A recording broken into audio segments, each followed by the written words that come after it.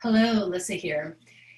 I've been thinking a lot about my own coaching journey, and I have to say, I wanted to talk a little bit about the new core competency coaching mindset and really what it means to me personally. I'm so glad it has been included in these new updated competencies because I think that it really illustrates something that is often missing. When I was doing my graduate work and social work, one of the things that happened was you weren't required to get any kind of therapy, even though you were learning how to become a therapist fundamentally. And I always thought there was a real disconnect there with that. It didn't sit well with me. So I joined an empowerment group on campus and I got a lot of therapy as a result of that. And I think it was really useful on multiple levels, but one of the things that it did was it really helped me explore my own self. And I think what I love about Core Competency 2 embodies a coaching mindset is that it is really inviting coaches to take a much more active role in their own self-reflection, their own capacity to develop their self-awareness. And ultimately, the benefit to our clients when we have a greater sense of awareness is in how it informs our curiosity.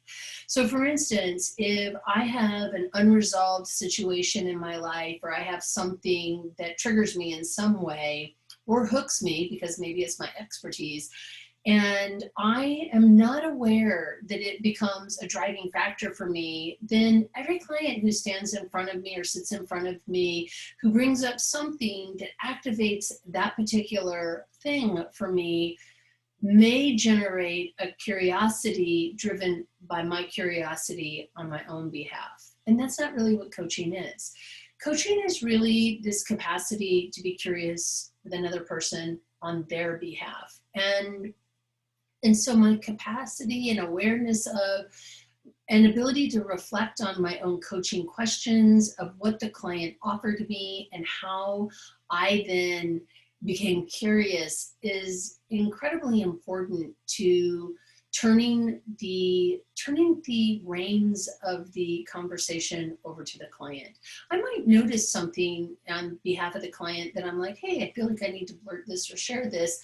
And yet, if it's not coming from a choiceful place, if it's coming from an unconscious place, it can impact the quality of the coaching that I'm doing. Many, if not most, of the coaches that I know and have worked with through the years tend to be driven by a particular desire to be of use to their clients, to really help their clients find ways to create sustainable changes in their own lives, working towards their goals, whatever that is for them, right? And I've met very few coaches who say, yeah, I don't really care if my clients have sustainable changes. I just like to have conversations with people. I mean, I think there's the quality of having conversations with people that coaches have also, but most of the coaches that I know really want to support sustainable changes. And part of this is how do we master our own artistry and how we are in relationship to asking questions of our clients and being conscious about our choice points. And so embodying a coaching mindset really speaks to that. It also speaks to the fact that as coaches who are of a particular profession, and there are a lot of people calling themselves coaches who do not have your level of training or your level of education maybe, and they're still calling themselves coaches. And what really differentiates a professional coach from the masses who call themselves a coach is this agreement with themselves for being a professional. We have a code of ethics that really defines how we're in partnership and relationship in our agreements with our clients, but we also have this sense of continual growth mindset, of continually learning, of continuing to develop our self-awareness of ourselves as coaches. And there are so many ways to do that. And I mean, there's a multitude of ways that you can get the support that you need, whether it is in doing your own transcription work, recording your coaching sessions so that you can get a transcript of what the client offered and what your question and curiosity was, so that you can see whether you're leading the client or whether you're allowing yourself to be led by the client. You can get a coach supervisor and do coaching supervision where you have conversations with your coach supervisor about where you got hooked or what you really want to focus on in your own relationship to your conversations with clients.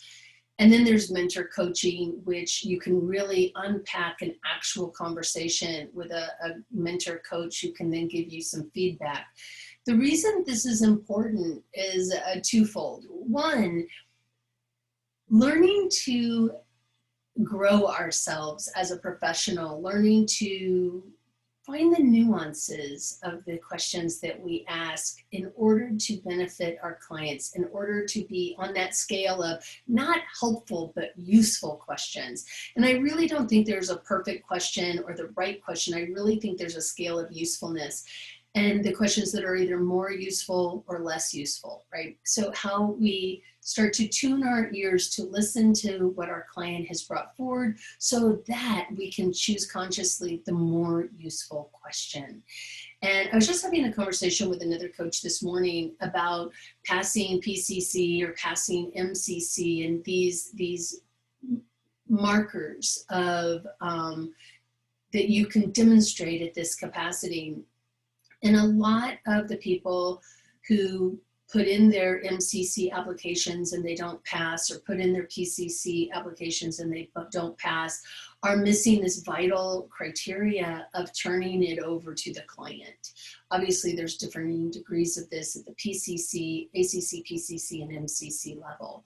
But these are really important things to be looking at as we grow our own self-awareness and develop our agency and our professionalism as a coach. And so I think what I love about this competency of embodying a coaching mindset is it really invites you as the coach to model through your own experience what you're hoping your clients will ultimately model within theirs, so that you get the sustainable changes that you want for your own life.